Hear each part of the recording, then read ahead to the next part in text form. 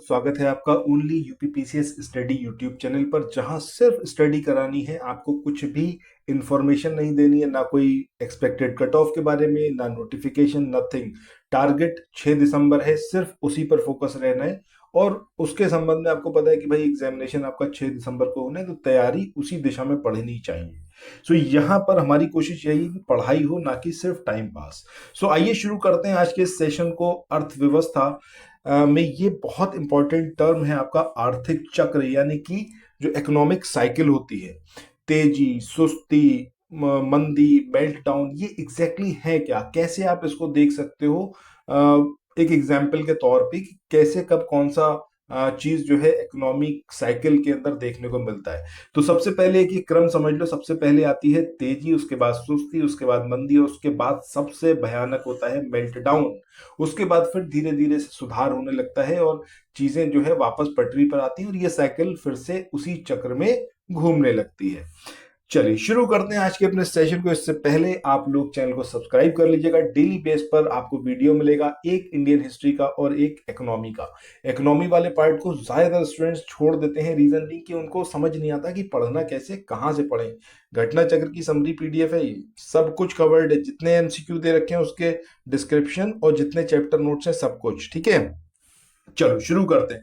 बात करते हैं कि वृहद स्तर पर बढ़ती हुई आय और उत्पादन एवं रोजगार के साथ साथ उच्च स्तरीय व्यवसायिक कार्यकलाप, ये अर्थव्यवस्था में तेजी यानी कि बूम का पर्याय है। यानी कि जब अर्थव्यवस्था में तेजी होगी, बूम होगा, तो उस टाइम पर उत्पादन खूब ज्यादा होगा, इनकम खूब बढ़ेगी, ठीक है। इसके अलावा जो आपका रोजगार है, पर्याप्त रोजगार होगा, सब कुछ बहुत अच्छा होगा। आप देखो तो इंडिया के सेंस में अगर हम बात करें 2003 से लेकर 2008 के टाइम पर, तो उस टाइम पर इंडिया की इकोनॉमी बहुत तेजी से ग्रो कर रही थी। इंडिया की जो आईटी कंपनियां थी तेजी से ग्रो कर रही थी, खूब नौकरियां निकल रही थी, लोगों के पास घर थे, मतलब घर खरीदने के लिए पैसे थे, गाड़ियां खूब खरीदी जा रही थी, बाजार में हर तरफ जो है एकदम उत्साह का माहौल था। उसके बाद आता है स्लो डाउन। जब हम बात करते हैं इकोनॉमिक साइकिल की, तो सेकंड स्टेज है ये आपकी किसकी, सुस्ती यानी कि स्लो डाउन की। सो अर्थव्यवस्था में जब धीमी गति से व्यवसायिक कार्यकलाप होने लगे, उसके साथ साथ आय, उत्पादन और रोजगार, इस सब में गिरावट दर्ज की जाए, तो वही टाइम क्या कहलाता है आपका, सुस्ती का कहलाता है, ठीक है। सुस्ती को स्लो डाउन कहते हैं। इसको यहां पर समझिए, स्लो डाउन और रिसेशन में एक डिफरेंस भी आपको यहां पर मैं बताता हुआ चलूंगा। पहले आप सुस्ती को स्लो डाउन से समझिए कि तेजी के बाद अर्थव्यवस्था की रफ्तार जो है वो धीमी पड़ने लगती है, जीडीपी कम होती जाती है लेकिन गिरती नहीं है, बस उसका बढ़ना रुक जाता है। यहां पर समझ रहे हैं, जीडीपी एकदम गिरेगी नहीं, बढ़ना रुक जाएगा। लोग खर्च कम करते हैं, कंपनियां नई नौकरियां नहीं निकालेगी, जो एग्जिस्टिंग एम्प्लॉय उनको निकाल नहीं रही है, लेकिन नई भर्तियां नहीं कर रही है, ठीक है। 2019 में अगर आप देखोगे तो भारत की जीडीपी की जो वृद्धि दर थी वो 8% से घटकर तकरीबन 4 से 5% पर आ गई थी। ऑटोमोबाइल, रियल एस्टेट जैसे जो ये क्षेत्र हैं, यहां पर बिक्री कम होने लगी, और यही क्या है आपका सुस्ती यानी कि स्लो डाउन है। अब सुस्ती और स्लो डाउन इसमें, सॉरी, सुस्ती और आपका जो ये मतलब रिसेशन और स्लो डाउन की बात करें, तो रिसेशन की जब हम बात करते हैं तब दो लगातार तिमाही में जब जीडीपी में गिरावट दर्ज की जाती है, ठीक है। दो लगातार तिमाहियों में जब जीडीपी में गिरावट होती है उसको बोलते हैं मंदी।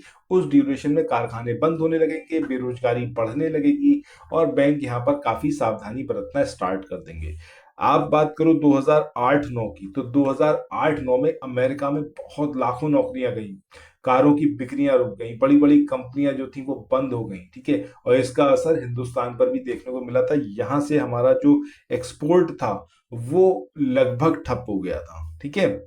चलो इसके बाद यहां पर हम देखते हैं अर्थव्यवस्था में मंदी, डिप्रेशन का क्या अर्थ होता है कि अल्प रोजगार एवं बेरोजगारी का अभूतपूर्व स्तर, और आय, उत्पादन और रोजगार में तीव्र गिरावट, ठीक है। सो अभी यहां पर स्लो डाउन में क्या था कि चीजें बस थम के रह गई थी, लेकिन जब रिसेशन की बात करेंगे तो ड्रास्टिक यहां पर डिक्रीमेंट देखने को मिलेगा। मूल्य, आय, उत्पादन, रोजगार के सामान्य स्तर में लगातार वृद्धि अर्थव्यवस्था में सुधार के मानदंड है। यानी कि अगर इकोनॉमी जो है बढ़िया से ग्रो कर रही है, उसमें सुधार आ रहा है, तो इससे ये कैसे पता चलेगा? ये पता चलेगा कि पर्याप्त मात्रा में रोजगार बढ़ रहा है, प्रोडक्शन हो रहा है, इनकम जनरेट हो रही है, और जो वैल्यू है वो जो कहीं ना कहीं स्थिर है। मेल्ट डाउन सबसे खतरनाक स्थिति है, ये प्रतिभूतियों और बंद पत्रों यानी कि मॉर्गेजेस की गिरावट की स्थिति होती है। तो जब हम मेल्ट डाउन की बात करते हैं तो ये मंदी का सबसे भयानक रूप होता है। पूरा वित्तीय तंत्र चरमरा जाता है, बैंक डूबने लगते हैं, शेयर बाजार एकदम से गिरने लगता है, सरकार को यहां पर इंटरवीन करना पड़ता है। 2008 की बात करें, अमेरिका में जो इन्वेस्टमेंट बैंक था लेहमैन ब्रदर्स, ये पूरी तरीके से डूब गया। ठीक है, यही वो स्थिति थी। और 1929 का जो ग्रेट डिप्रेशन है वो भी इसी कैटेगरी में आता है, यानी कि मेल्ट डाउन की कैटेगरी में। 1929 का जो ग्रेट डिप्रेशन जिसको बोला जाता है। ठीक है, आगे यहाँ पर ये देख लेते हैं, मंदी जो है रिसेशन व्यवसायिक और औद्योगिक चक्रों सकुंचन की स्थिति है, यानी कि सारी चीजें बहुत तेजी से गिरना शुरू हो जाती हैं। स्लो डाउन आर्थिक जो क्रियाएं हैं उनका हास्यमान स्थिति, यानी कि यहाँ पर चीजें रुक सी जाती हैं। ठीक है, तो इस तरीके से यहाँ पर आपने इन सबको समझा कि जो इकोनॉमिक साइकिल है उसमें तेजी, सुस्ती, मंदी और मेल्टडाउन एग्जैक्टली है क्या।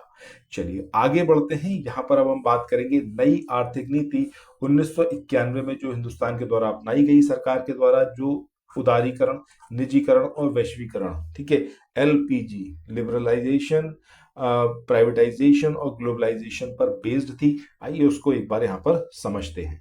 चलिए सबसे पहले यहाँ पर हम बात करते हैं, ये जो नई आर्थिक नीति आई जो कि 1991 में आई, तो आखिर क्या कारण था, क्यों इसको लाया गया, रीजन क्या था। ठीक है, बैकग्राउंड में क्या हुआ, पर्दे के पीछे क्या हुआ जिसकी वजह से ये जो नई आर्थिक नीति थी इसको लेके आया गया। साल 1991 की बात करें तो उस टाइम पर हिंदुस्तान में लाइसेंस का राज था। मतलब कोई भी कारखाना लगाना है, कुछ भी बनाना है, सरकार से आपको लाइसेंस लेना पड़ेगा।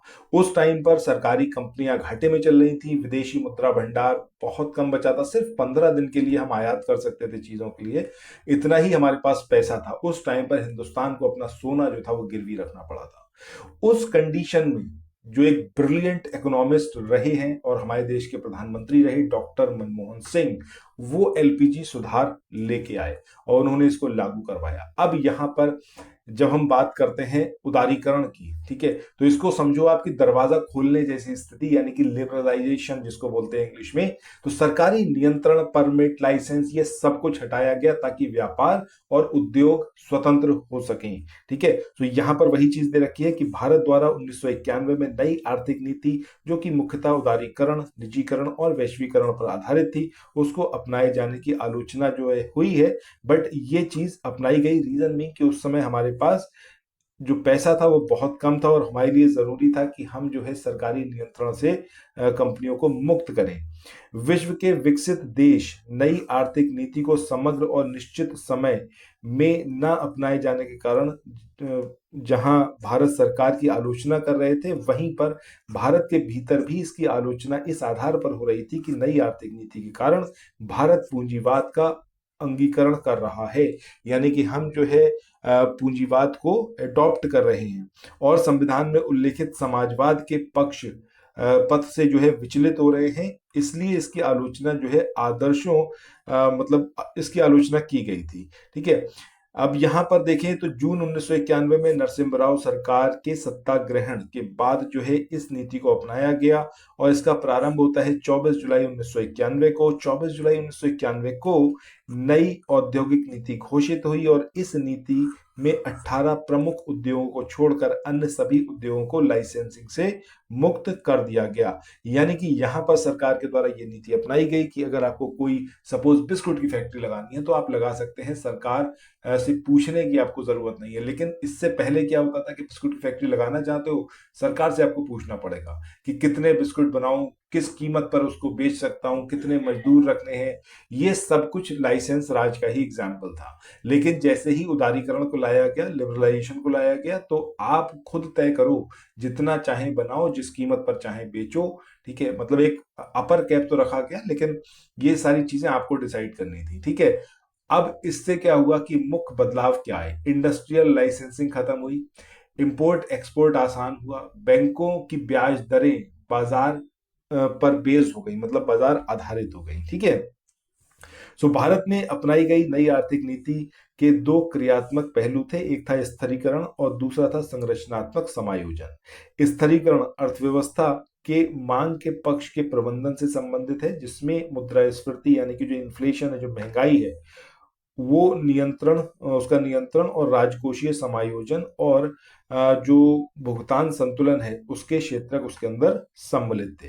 संरचनात्मक समायोजन अर्थव्यवस्था के पूर्ति पक्ष के प्रबंधन से रिलेटेड है, जिसमें व्यापार और पूंजी प्रवाह में सुधार, औद्योगिक विनियंत्रण, विनिवेश, वित्तीय क्षेत्र सुधार, ये सब सम्मिलित हैं। यद्यपि अगर हम देखें तो स्थिरीकरण और संरचनात्मक समायोजन एक दूसरे के पूरक हैं, तथापि संरचनात्मक समायोजन पूर्ति पक्ष से संबंधित होने के कारण स्थिरीकरण की अपेक्षा अधिक समय लेता है। सो इन शॉर्ट हम कहें तो अभी उदारीकरण तो आप समझ ही गए। बाकी अगर निजीकरण यानी कि प्राइवेटाइजेशन की बात करें तो सरकार हटाओ और निजी क्षेत्र यानी कि प्राइवेट सेक्टर को लो, ठीक है। तो सरकारी कंपनियों को निजी हाथों में सौंपा गया ताकि वो ज्यादा से ज्यादा मुनाफा कमा सकें, या फिर निजी कंपनियों को उन क्षेत्रों के लिए खोल दिया गया जहां पर पहले सिर्फ सरकार की कंपनियां ही काम करती थी।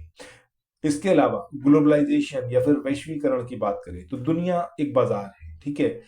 भारतीय अर्थव्यवस्था को विश्व अर्थव्यवस्था से जोड़ा गया, विदेशी निवेश को आने दिया गया, विदेशी व्यापार बढ़ाया गया, विदेशी कंपनियों को भारत में काम करने का जो है परमिशन दिया गया। 1991 से पहले तो मैकडोनल्ड्स हो गया, सैमसंग हो गया, सोनी, ये भारत में नहीं थे, ठीक है। विदेशी कंपनियां भारत में काम नहीं कर सकती थी, लेकिन जब ग्लोबलाइजेशन लाया गया, अब जो है आपके घर में आप देखो सैमसंग का टीवी है, मैकडोनल्ड्स में आप खाना खाते हो, ठीक है, एप्पल का आईफोन आप चलाते हो। तो भारतीय आईटी कंपनियां हो गई, इंफोसिस, टीसीएस, ये भी दुनिया भर में काम करते हैं। सो ये दोनों तरफ का रास्ता खोलना ही जो है आपका वैश्वीकरण या फिर ग्लोबलाइजेशन कहलाता है, ठीक है। सो आज के इस सेशन को यहीं पर हम एंड करते हैं। अगर आप लोग ये समरी पीडीएफ लेना चाहें तो 9027281376 दैट इज द नंबर जहां पर आपको व्हाट्सएप मैसेज करना है। घटना चक्र को अगर आपने सेवरल टाइम्स रिवाइज कर लिया थॉरोली, जैसा हम यहाँ पर इस समरी पीडीएफ के माध्यम से कर सकते हैं और आपको हम करवा रहे हैं, आप चाहो तो सिर्फ वीडियोस के माध्यम से कर सकते हो। अदरवाइज आई सजेस्ट यू कि अगर रियल में एग्जामिनेशन निकालना चाहते हो, सिर्फ टाइम पास नहीं करना चाहते 6 दिसंबर के लिए, तब आप इस पर रिलाई करो और सिर्फ ये समरी पीडीएफ मल्टीपल टाइम्स पढ़ के जाओ। 100% एग्जामिनेशन आपका क्लियर होगा, ठीक है। बाकी मिलते हैं नेक्स्ट वीडियो में। कोई भी क्वेरी हो, कुछ भी बात करना चाहें, फुल लेंथ कोर्स में एनरोल करवाना चाहें, तब भी आप 9027281376 इस नंबर पर व्हाट्सएप मैसेज कर सकते हैं। सो थैंक्स फॉर वॉचिंग, मिलते हैं नेक्स्ट वीडियो में, बाय बाय।